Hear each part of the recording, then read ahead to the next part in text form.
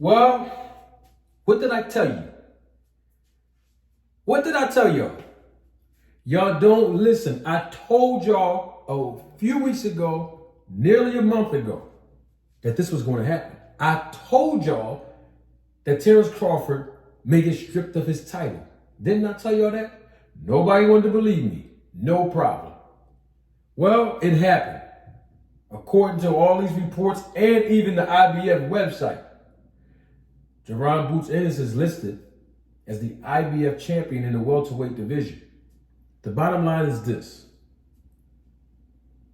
Jaron Ennis have been calling the big names out for a very, very long time, including Errol Spence Jr. and including Terence Bud Crawford. Not only that, we must include the fact that his dad, legendary Hall of Fame trainer, Bozy, Mr. Bozy, I call him. Mr. Bozy has petitioned the IBF nearly a year and a few months ago. Y'all remember that?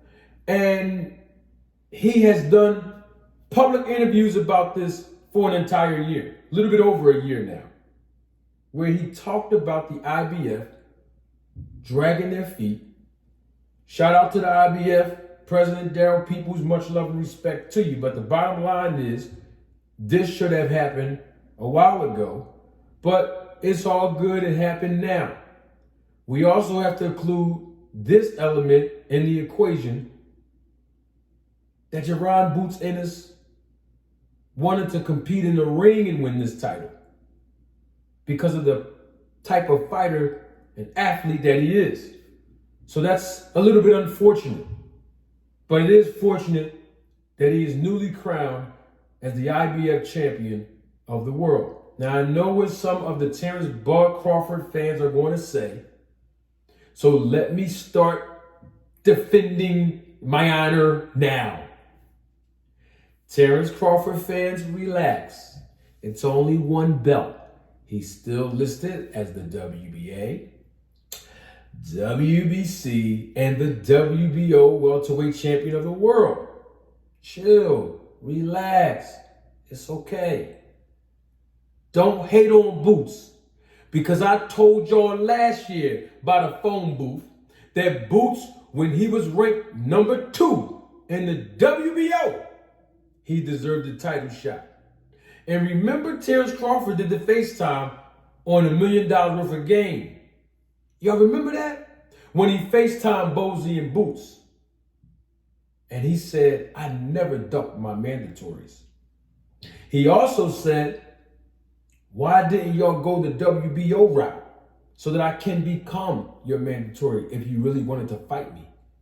These are Bud Crawford's words, not mine. But ever since he became the champion, Boots still was his mandatory, and he still didn't want to fight him. Yes, he did say that Boots is not marketable enough. He doesn't draw a crowd. He's not going to make a lot of money off him because he doesn't sell, and all of those things, right? Now, you might say, Terence Crawford has a good point there, and he does. But then if you say that, and I brought this point up 2 months ago, so I'm going to spin the block and bring it up again. If you're going to stand on that principle, you must stand on the principle that Terence Crawford called out Canelo Alvarez, and Canelo Alvarez could say the same thing about Crawford that Crawford said about Boots. You see my point? So what difference does it make?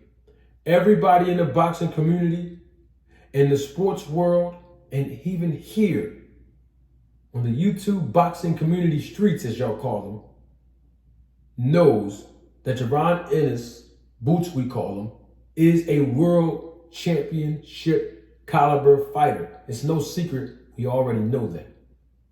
So congratulations to Boots. I don't even think Terence Crawford even cares. But maybe he does. I'm not going to speak for the guy. Bottom line is, it don't make no difference. He didn't compete in the ring for it, so they stripped him. It's not the first time in boxing we've seen a world champion get stripped of his titles.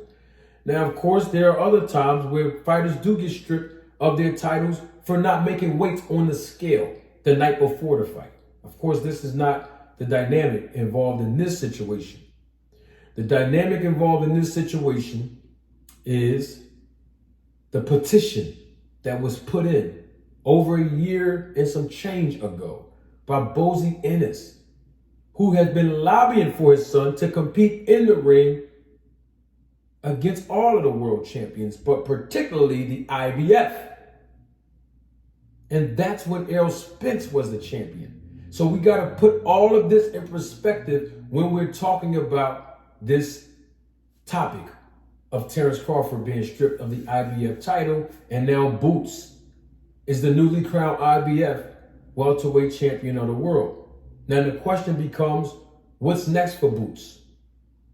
He can defend his title inside the ring, the same way he wanted to win it inside the ring. Who is next for Boots? Is this an opportunity for Keith Thurman to come out of the shadows and compete for a world title again in his career through the IBF route? Possibility. What about Stenionis? Possibility. Well, we have some other fighters that he can fight, but the bottom line is who? So this is what I want you all to do. If you haven't done so yet, please, I ask you very kindly to subscribe to this channel.